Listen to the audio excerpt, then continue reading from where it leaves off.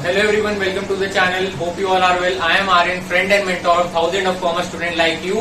And today we are going to start class 12 business studies chapter 1 nature and significance of management. So let's get into it. So मैं start करना चाहूंगा इस chapter की heading से. Chapter की heading है nature and significance of management. In Hindi management का nature और सिग्निफिकेंस. सो सबसे पहले हम मतलब समझते हैं मैनेजमेंट का, इस वर्ड मैनेजमेंट का. सो मैनेजमेंट मतलब मैनेज करना किसी चीज को. इसका एग्जांपल अगर मैं आपको दूं तो आप जैसे अगर किसी फंक्शन, किसी बर्थडे पार्टी या किसी भी वेडिंग फंक्शन में जाते हो तो उसके ऑर्गेनाइजर के बारे में ये कहा जाता है कि उसने बहुत अच्छे से चीजों को संभाल रखा है. और इसी चीज को अगर हम इंग्लिश में कहें तो उसको हम कहेंगे कि उसने इस चीज को बहुत अच्छे से मैनेज कर रखा है. तो उस मैनेज को ही हम मैनेजमेंट, संभालने को ही हम मैनेजमेंट बोलते हैं. सो आप लोग मैनेजमेंट को कह सकते हैं संभालना, चीजों को संभालना. तो हमें इसका हिंदी का मीनिंग पता लग गया. बट अब जो इसकी डेफिनेशन है वो कंटेक्स्ट में है एक ऑर्गेनाइजेशन के. हमने जो एग्जांपल समझा वो एक इवेंट, एक बर्थडे पार्टी, कोई शॉप वगैरह, इन सब छोटी मोटी चीजों के लिए. बट जो हम बुक में पढ़ेंगे वो होगा एक फर्म, बिजनेस फर्म, ऑफिस, इन सब चीजों के लिए. सो वो सिमिलर ही है, ज्यादा कुछ फर्क नहीं है. सो हम इसकी डेफिनेशन पे स्टार्ट करते हैं. Management is defined as the process of planning, organising, staffing, directing, controlling and organization's operation in order to achieve coordination of human and material resources essential in effective and efficient attainment of objectives.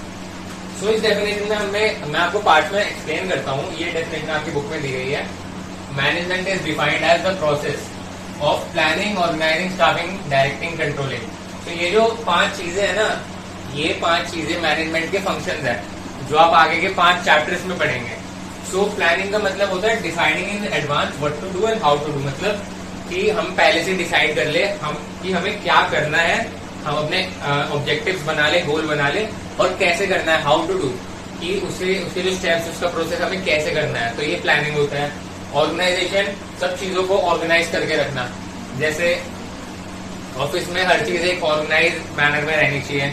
Her employ एक organise way में, उसका जो subordinate है, जो superior है, उन सबके बीच में रिलेशन एक ऑर्गेनाइज वे में रहना चाहिए. सबको पता होना चाहिए, कुछ कंफ्यूजन नहीं होनी चाहिए. तो उसको हम ऑर्गेनाइजिंग कहते हैं. नेक्स्ट होता है स्टाफिंग, यानी recruiting and development of people. इसमें हम लोगों को हायर करते हैं अपनी कंपनी में और उनको डेवलप करते हैं. नेक्स्ट है डायरेक्टिंग, मोटिवेशन, लीडरशिप, ये सब of employ so that employ so to achieve efficient utilisation of employ. तो यानी कि डायरेक्टिंग हम करते हैं. डायरेक्टिंग से हम एम्प्लॉय को मोटिवेट करते हैं, उसको अलग अलग इंटेंसिव प्रोवाइड करते हैं ताकि जो उसका जो ध्यान है वो इधर उधर ना भटक के टोटली ऑब्जेक्टिव तक हो, जो मैनेजमेंट का ऑब्जेक्टिव है. इससे हमें एफिशिएंसी और इफेक्टिवनेस अचीव होगी. मैं इफेक्टिवनेस और एफिशिएंसी का मतलब आपको आगे समझाता हूँ. सो और कंट्रोलिंग लास्ट फंक्शन है. मीन्स जो हमने प्लान करा, ये प्लान करा हमने, और जो हमने एक्चुअल हमारी परफॉर्मेंस है उनको मेजर करना. जो उनके बीच का डिफरेंस है उसके लिए करेक्टिव एक्शन, यानी कि जो एक्शन लेना, कि अगर डिफरेंस छोटा है तो कोई नहीं, रेंज के अंदर है तो कोई बात नहीं, बट अगर डिफरेंस बहुत बड़ा है तो उसके लिए हमें चेंजेस करने पड़ेंगे कि अब क्या करें. So planning is defined as process of planning these 5 functions of planning, management, planning, organising, staffing, directing, controlling. तो ये आपको इतना याद हो गया होगा. Of an organisation operation in order to achieve coordination. So coordination क्या होता है? कोऑर्डिनेशन होता है यानी कि तालमेल. अगर एम्प्लॉयज के बीच में कोऑर्डिनेशन यानी तालमेल ही नहीं है तो हम छोटे से छोटा काम भी नहीं कर सकते. सो कोऑर्डिनेशन का हमने मतलब समझ लिया कि तालमेल, इंसान किस चीज के बीच में तालमेल, वो डेफिनेशन में दे रखा है. ह्यूमन एंड मटेरियल रिसोर्सेज के बीच में तालमेल, यानी कि उनके बीच में कोऑर्डिनेशन, कि ह्यूमन का ह्यूमन के साथ और ह्यूमन का मशीन्स, जो मटीरियलिस्टिक नॉन लिविंग थिंग्स है उनके साथ, because humans are the most important asset of a company. So उनके बीच में coordination and it is essential, यानी जरूरी है for effective and efficient attainment of objective. अब इसमें इफेक्टिव और एफिशिएंट का क्या मतलब है? इफेक्टिव का मतलब होता है कॉस्ट, पूरा फोकस रहता है कॉस्ट, टाइम पे. तो हमारा क्या है कि इफेक्टिव में हमें रहता है, हमें जो हमें टास्क दिया है उसे हमें कम से कम टाइम में कंप्लीट करना है, या जो डिफाइंड टाइम, जो हमें टाइम का गोल दे रखा है उस टाइम में कंप्लीट करना है, चाहे उसमें हमें कितना भी कॉस्ट लग जाए. वेराज जो एफिशिएंट होता है उसका मतलब होता है कि हमें जो काम दिया है उसको हमें कम से कम कॉस्ट इफेक्टिवनेस में कंप्लीट करना है, ताकि हम कॉस्ट बचा सके, भले ही हमें जितना भी टाइम लग जाए। सो इफेक्टिवनेस में हम टाइम पे फोकस कर रहे हैं, कॉस्ट पे नहीं। एफिशिएंटनेस में हम कॉस्ट पे फोकस कर रहे हैं, टाइम पे नहीं। अब अगर मैं आपको इसका एग्जांपल दूं कि मेरे को एक ऑर्डर मिला है जिसमें मेरे को 50 मशीन बना रही है एक महीने में, तो अगर मैं इफेक्टिव खेलता हूँ तो उसमें मैं टाइम में कंप्लीट करने की कोशिश करूंगा, भले जितने भी मेरे पैसे लग जाए। वेयरएज अगर मैं एफिशिएंटली काम करता हूँ तो उसमें मैं कॉस्ट बचाने की सोचूंगा, यानी कि अगर मशीन 100 रुपए की है तो मैं उसे 50 सब 9 जितने भी उसमें कंप्लीट करूंगा, भले जितना भी टाइम लग जाए। तो लेकिन कोई भी कंपनी ना तो पूरी तरह एफिशिएंट हो सकती है ना इफेक्टिव, उनके बीच में एक बैलेंस होना जरूरी है। बिकॉज अगर एक कंपनी सारा टाइम लगा दे, टाइम में कंप्लीट करे, सारा पैसा लगा दे, तो ये सही नहीं है। या फिर सारा पैसे को बचाने के लिए सारा टाइम लगा दे, ये भी सही नहीं है। Time is also valuable, so that's why there should be an balance between effectiveness and efficiency. So effectiveness और एफिशिएंसी में एक बैलेंस होना चाहिए, और वो क्यों होना चाहिए? For attainment of objective. Means जो ऑब्जेक्टिव हमने प्लानिंग में पढ़ा कि प्लानिंग में हम ऑब्जेक्टिव्स बनाते हैं फ्यूचर के, उन ऑब्जेक्टिव्स को अटेन करने के लिए। सो इसलिए उसके अंदर एक बैलेंस होना चाहिए।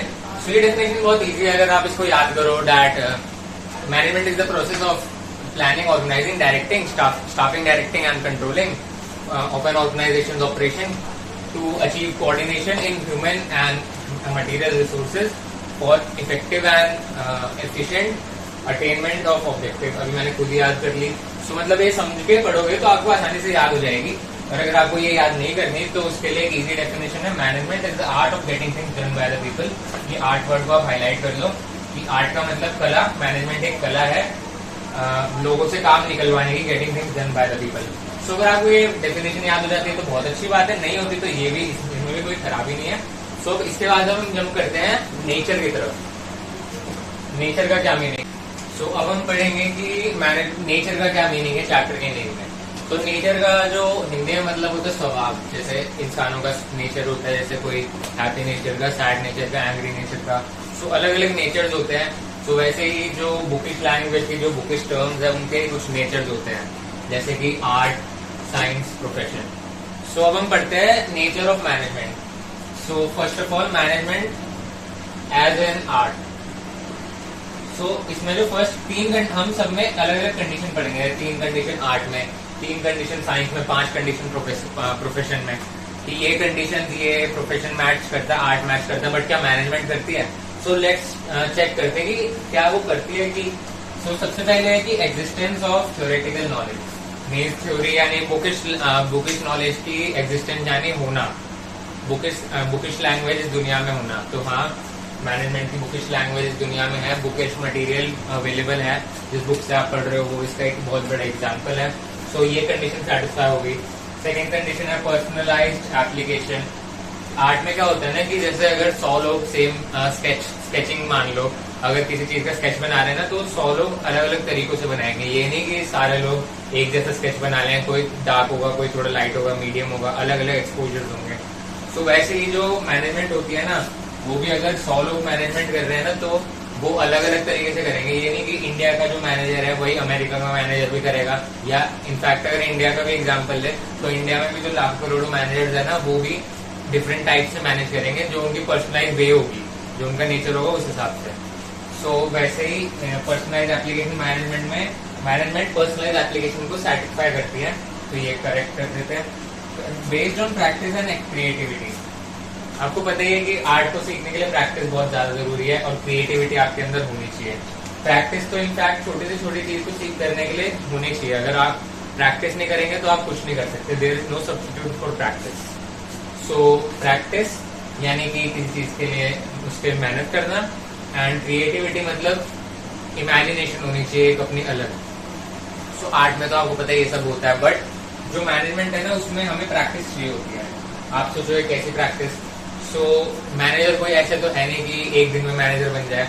वो कई चीजों को ऑब्जर्व करेगा, प्रैक्टिस करेगा कि ये चीज ऐसे कर सकते हैं, ये चीज ऐसे कर सकते हैं। इनफैक्ट मैनेजमेंट के कुछ कोर्सेज भी होते हैं जैसे MBA, तो वो पूरी प्रैक्टिस करके ही मैनेजर बनेगा। ये नहीं कि एक दिन में मैनेजर बन गया कोई बिना प्रैक्टिस, बिना और क्रिएटिविटी जरूरी इसलिए है क्योंकि अगर मैंने कहा ना पर्सनलाइज एप्लीकेशन होती है, तो वही जो डिफरेंट मैनेजर्स की क्रिएटिविटी का लेवल डिफरेंट होता है। अगर आपके पास अच्छी क्रिएटिविटी है तो आप अपने मैनेजमेंट स्टाइल को और ज्यादा डाइवर्सिफाई कर सकते हो लोगों के लिए, जिससे जो आपके अंडर एम्प्लॉय वर्क कर रहे हैं ना वो और ज्यादा सेटिस्फाई होंगे, हैप्पी रहेंगे। क्योंकि अगर एम्प्लॉय वर्क नहीं करेगा तो फिर मैनेजमेंट का फायदा क्या। तो इसलिए जितना ज्यादा मैनेजर क्रिएटिव होगा ना उतना ज्यादा एम्प्लॉय का मोरल मोटिवेशन हाई रहेगा। तो इसलिए क्रिएटिविटी जरूरी है। और हाँ, मैनेजमेंट में प्रैक्टिस क्रिएटिविटी होती है। तो ये तीनों कंडीशन मैच कर रही है, that means management is a pure art. हम कह सकते हैं management is pure art. So now let's move on to science, management as a science. तो इसके लिए हमारे पास तीन कंडीशन है। Systematic body of knowledge first. तो इसमें क्या है कि जो बॉडी ऑफ नॉलेज, वही जो थ्योरेटिकल नॉलेज है ना, वो सिस्टमैटिक वे में होनी चाहिए। जैसे हमारे पास जो सारी नॉलेज है वो एक सिस्टमैटिक वे में होती है। साइंस में आपको पता ही होगा, 10th तक आप लोगों ने पढ़ी है। तो वैसे मैनेजमेंट की भी जो नॉलेज है वो सब सिस्टमैटिक वे में है। तो इसको हम टिक कर सकते हैं। जो आपकी बुक है वो भी एक सिस्टमैटिक बॉडी ऑफ नॉलेज का एग्जाम्पल है। तो मैनेजमेंट ये कंडीशन सेटिस्फाई करता है। सेकेंड है प्रिंसिपल बेस्ड ऑन एक्सपेरिमेंटेशन। आपको पता है कि साइंस के जो सारे प्रिंसिपल्स होते हैं, जो ग्रेविटी वगैरह, लॉ, इनर्शिया, एक्सेलरेशन, ये सब प्रिंसिपल एक्सपेरिमेंटेशन से होते हैं। ऐसा तो नहीं है कि एक दिन में सपना आया ये ऐसे होता है और हमने अगले दिन बता दिया कि ये साइंस का प्रिंसिपल है। सो ये प्रिंसिपल सारे एक्सपेरिमेंट, बहुत सारे एक्सपेरिमेंट्स करके होता है। और वही चीज मैनेजमेंट में भी अप्लाई होती है। जो मैनेजमेंट के प्रिंसिपल्स होते हैं, जो आप नेक्स्ट कुछ चैप्टर्स में पढ़ेंगे, तो जो मैनेजमेंट के प्रिंसिपल्स है ना वो भी लोगों का बिहेवियर का एक्सपेरिमेंट करके, कई सारे एक्सपेरिमेंट करके, हेनरी फ्योल, FW टेलर, इन सब ने कई एक्सपेरिमेंट करके मैनेजमेंट के प्रिंसिपल्स बनाए, जो फादर ऑफ मैनेजमेंट कहलाए जाते हैं। सो मैनेजमेंट में भी प्रिंसिपल्स होते हैं जो प्रैक्टिस एंड एक्सपेरिमेंटेशन से बनते हैं। सो ये कंडीशन भी मैनेजमेंट सेटिस्फाई करता है। लास्ट कंडीशन है यूनिवर्सल एप्लीकेबिलिटी। यूनिवर्सल एप्लीकेबिलिटी का मतलब होता है कि अगर आप इंडिया में गए, अमेरिका में गए, रशिया, यूक्रेन, इंडोनेशिया, अफ्रीका, कहीं भी गए, वहां पे जो लॉ ऑफ ग्रेविटी है ना वो यही रहेगा कि अगर इस चीज को मैं छोड़ू तो नीचे गिरेगी। ऐसे नहीं है कि अमेरिका में ये चीज ऊपर उड़ जाएगी, इंडिया में नीचे गिर जाएगी। जो साइंस के लॉज है ना वो यूनिवर्सली हर जगह एप्लीकेबल होंगे। अर्थ के every corner of the earth, her corner पे एप्लीकेबल होंगे। बट जो मैनेजमेंट है, हमने क्या पढ़ा, मैनेजमेंट पर्सनलाइज एप्लीकेशन। मैनेजमेंट में क्या है, जो हर मैनेजर है ना उसका एक पर्सनल वे है, एक पर्सनल तरीका है जो उसको बाकी मैनेजर से अलग बनाता है। अब जैसे सुंदर पिचाई है, वो बाकी मैनेजर से अलग क्योंकि उनकी एक पर्सनलाइज एप्लीकेशन है, एक पर्सनलाइज वे है जो गूगल को अच्छा लगा, इसलिए उन्होंने उनको हायर करा। और अब देखो गूगल कौन से लेवल पर है। वैसे ही जो मैनेजमेंट की पर्सनलाइज एप्लीकेशन की वजह से ये जो पॉइंट है ना ये इसको कॉन्ट्राडिक्ट करता है कि जो मैनेजमेंट है यूनिवर्सल हो ही नहीं सकती। कि अगर हमने एक तरीका बता दे कि अगर हमें कुछ बनाना है तो इसका यही तरीका है, नहीं, ऐसा नहीं हो सकता। मैनेजमेंट यूनिवर्सल नहीं हो सकती। वो हर बार उसकी एक पर्सनल एप्लीकेशन होती है और वो सिचुएशन टू सिचुएशन चेंज होती है। So that's why management is not universally applicable. So इसमें क्या हुआ, हमारे दो पॉइंट्स, तो दो कंडीशंस मैनेजमेंट ने सेटिस्फाई करी, बट एक कंडीशन मैनेजमेंट ने सेटिस्फाई नहीं करी। सो दैट्स व्हाई हम ये कह सकते हैं कि management is a partial science. और बुकिश लैंग्वेज में कहे so management is in exact science.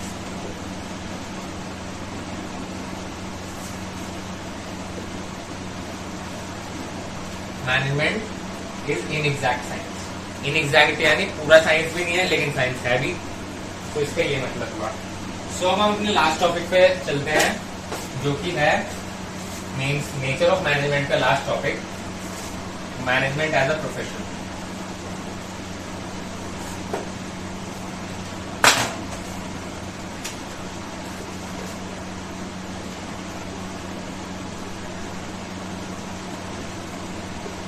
तो मैं आपको पहले समझाना चाहूंगा प्रोफेशन क्या होता है। अब जैसे मैं आपको एग्जांपल दूं, सीए, एमबीबीएस डॉक्टर या फिर लॉयर, तो ये सब एक प्रोफेशन है। और प्रोफेशन क्यों, क्योंकि ये कुछ कंडीशन सेटिस्फाई करते हैं। जैसे कि इन सब में आपको एक एग्जाम देना पड़ता है, जिसके बिना आप ये बन नहीं सकते। जो भी सीए, एमबीबीएस, लॉयर, एक प्रोफेशनल एसोसिएशन होती है, जैसे कि सीए के केस में है ICAI। वैसे ही वो एक एसोसिएशन अपना एक तरीका, एक कोड ऑफ कंडक्ट बताती है कि आपको इसी तरीके से ये काम करना है। जो सारे सीए है, सारे लॉयर है, वो एक ही तरीके से चलेंगे। ये नहीं कि ये सीए कुछ और एडवाइस दे रहा है, उल्टी एडवाइस दे रहा है, वही दूसरी तरफ सीधी एडवाइस दे रहा है कोई सीए। तो ऐसे तो इनका एक कोड ऑफ कंडक्ट, जो प्रोफेशनल होते हैं उनका एक कोड ऑफ कंडक्ट होता है, और उनका जो मोटिव होता है वो होता है सर्विस मोटिव, कि हमें लोगों को सर्विस प्रोवाइड करनी है। जैसे सीए आपको फाइनेंशियल मैटर में एडवाइस प्रोवाइड करेगा, एमबीबीएस हेल्थ मैटर में प्रोवाइड करेगा, और लॉयर लीगल मैटर में प्रोवाइड करेगा। सो इनका एक सर्विस मोटिव होता है, प्रोफेशनल एसोसिएशन होती है, और इनको एक एग्जाम क्रैक करना होता है जिसकी वजह से ये सीए एमबीबीएस लॉयर बन सकते हैं, एक प्रोफेशनल बन सकते हैं। सब इन्हीं पॉइंट्स के बेसिस पे ये 5 कंडीशन है जो प्रोफेशन की है। सबसे पहली कंडीशन है well defined body of knowledge. जैसे हमने आर्ट में पढ़ा कि एग्जिस्टेंस ऑफ थ्योरेटिकल नॉलेज, यानी एग्जिस्ट यानी सिर्फ होनी चाहिए नॉलेज अवेलेबल। वहीं हमने दूसरी ओर पढ़ा सिस्टमैटिक बॉडी ऑफ नॉलेज की, वो जो नॉलेज है ना वो एक सिस्टम में एक ऑर्गेनाइज्ड वे में अवेलेबल होनी चाहिए। वेयर एज जो हमने well defined body of knowledge पढ़ा, इसका मतलब है कि उसकी जो डेफिनेशन है ना वो अच्छे से खुल के डिफाइन करना चाहिए उसको। ये नहीं कि हमें आधी अधूरी नॉलेज दे रखी है, उसकी पूरी नॉलेज अवेलेबल होनी चाहिए। तो ये well defined body of knowledge जो कि मैनेजमेंट भी सेटिस्फाई करता है आपकी बुक को देख के, तो इसलिए ये कंडीशन सेटिस्फाई होती है। इसके बाद आता है रिस्ट्रिक्टेड एंट्री। सो रिस्ट्रिक्टेड एंट्री का मतलब है कि मैंने बताया कि कोई भी प्रोफेशनल को प्रोफेशनल बनने के लिए एग्जाम क्रैक करना पड़ता है, जो उसकी प्रोफेशनल एसोसिएशन कंडक्ट कराती है। So that's why without cracking that exam you can't become a professional. So इसलिए प्रोफेशन में रिस्ट्रिक्टेड एंट्री है। ऐसा नहीं कि आप जो भी आए और प्रोफेशनल बन गए, मेरे प्रोफेशनल बना दो बोल के, आपको एक एग्जाम क्रैक करना पड़ेगा। बट जो मैनेजमेंट है उसमें ऐसा कोई सीन नहीं है, आपकी कोई रिस्ट्रिक्टेड एंट्री नहीं है। आपके पास चाहे 0 नॉलेज हो, 0 डिग्री हो, 0 क्वालिफिकेशन हो या टॉप नॉच क्वालिफिकेशन हो, आप मैनेजर बन सकते हैं। बच्चे कंफ्यूज होते हैं कि एमबीबीएस भी तो है, तो एमबीबीएस सिर्फ एक एग्जाम है और वो कंपलसरी नहीं है मैनेजर बनने के लिए। That's why there are no restriction for being a manager. So ये कंडीशन तो सेटिस्फाई नहीं होती। इसके बाद है प्रोफेशनल एसोसिएशन। जो भी ये सारी प्रोफेशनल बनने के लिए सबकी एक प्रोफेशनल बॉडी होती है, जैसे आईसीए, सीए की, लॉयर एमबीबीएस की भी कुछ होगी, तो वैसे ही। बट जो हमारा मैनेजमेंट है ना उसके लिए कोई भी प्रोफेशनल एसोसिएशन एग्जिस्ट ही नहीं करती। सो दैट्स व्हाई कंडीशन सेटिस्फाई नहीं करती मैनेजमेंट। तो ये भी क्रॉस लगा देते हैं। उसके बाद है सर्विस मोटिव। ये कंडीशन है कि मैंने आपको बताया कि जो प्रोफेशनल होते हैं उनका काम होता है सर्विस प्रोवाइड करना। जैसे CA financial matter, MBBS health matter, legal matter में हमारा लॉयर प्रोवाइड करेगा। वैसे ही सर्विस मोटिव तो सर्विस तो हर चीज में प्रोवाइड करी जाती है, बैंक भी प्रोवाइड करता है, वैसे ही मैनेजर भी प्रोवाइड करता है आपको सर्विस। सो दैट्स व्हाई ये कंडीशन सेटिस्फाई होती है। और हमारा लास्ट है एथिकल कोड ऑफ कंडक्ट। जो मैंने आपको बताया कि जो उनकी प्रोफेशनल ऑर्गेनाइजेशन होती है वो उनको एक कोड ऑफ कंडक्ट एक तरीका बताती है कि आपको ये काम ऐसे करना है। अब फॉर एग्जाम्पल अगर 10 सीए है ना, तो वो ये नहीं कि एक ही चीज को 10 अलग तरीके से करेंगे। जो मैंने आपको पर्सनल एप्लीकेशन समझाया, उनका जो तरीका होगा ना वो वही होगा जो उनको कोड ऑफ कंडक्ट प्रोवाइड किया जाएगा उनकी प्रोफेशनल एसोसिएशन के द्वारा। सो दैट्स व्हाई उनको एक professional code of conduct provide किया जाता है। Same goes for MBBS, same goes for lawyer. So इसलिए ये पॉइंट है कि ethical code of conduct. But management में ऐसा कुछ है ही नहीं, ना तो उसकी कोई प्रोफेशनल बॉडी है, ना उसको मैनेजर बनने के लिए कोई एग्जाम क्रैक करना पड़ता है, ना कि आपको कोई, अगर आपकी प्रोफेशनल बॉडी नहीं है, आपको कोई फिर आपको कोड ऑफ कंडक्ट बताने वाला है कौन, एग्जिस्ट ही नहीं करता। तो ये कंडीशन भी सेटिस्फाई नहीं होती। सो अब हम ये कह सकते हैं कि इसमें से 2 कंडीशन सेटिस्फाई हुई और 3 कंडीशन सेटिस्फाई नहीं हुई। So that's why management is not a profession. Management is not a profession. So अब इसके बाद हम जंप करते हैं अपने नेक्स्ट टॉपिक पे, इफेक्टिवनेस एंड एफिशिएंसी पे। So let's move on to effectiveness and efficiency. So जो हमने स्टार्टिंग में मैनेजमेंट की डेफिनेशन में इफेक्टिव एंड एफिशिएंट वर्ड पढ़ा ना, तो ये एक टॉपिक है जिसके बीच में आपको छोटा सा टॉपिक है डिफरेंस पढ़ना है। सो first of all meaning of effectiveness. Effectiveness का मैंने आपको मतलब बताया था कि टास्क को टाइम में कंप्लीट करना, वेयरएज एफिशिएंसी का मीनिंग मैंने आपको बताया था कि टास्क को कॉस्ट इफेक्टिवली कंप्लीट करना। वही सेम यहाँ लिखा है, it refers to completing the task on time it refers to completing the task cost effectively. Scope means इसका जो क्या इसका स्कोप है कि completing the task in time, same ही है completing the task cost effectively. Final focus, इसका focus है कंप्लीटिंग द टास्क। सो बस ये छोटा सा डिफरेंस था। इसका एग्जांपल अगर मैं दूं कि एक कंपनी को ऑर्डर मिला है 50 मशीन प्रोड्यूस करने का इन अ मंथ। एक मशीन प्रोड्यूस करने की कॉस्ट होती है 1 लाख रुपीज। सो अगर वो कंपनी इफेक्टिवली ये काम करना चाहती है सो वो 1 लाख की जगह 1.5 लाख रुपए लगाएगी, बट उस काम को 1 मंथ में कंप्लीट करेगी। वेयर एज अगर वो कॉस्ट एफिशिएंटली काम करना चाहती है तो वो 1 महीने की जगह 1.5 महीना लगाएगी, बट वो 1 लाख से भी कम में कंप्लीट करने का ट्राई करेगी। So that's it for today. Next class में हम लोग पढ़ेंगे characteristics and importance management, functions of management, coordination and then outro. So that's it for today. Thank you for being here. If you like the way I teach, do like, share and subscribe to appreciate my efforts. Aryan signing off.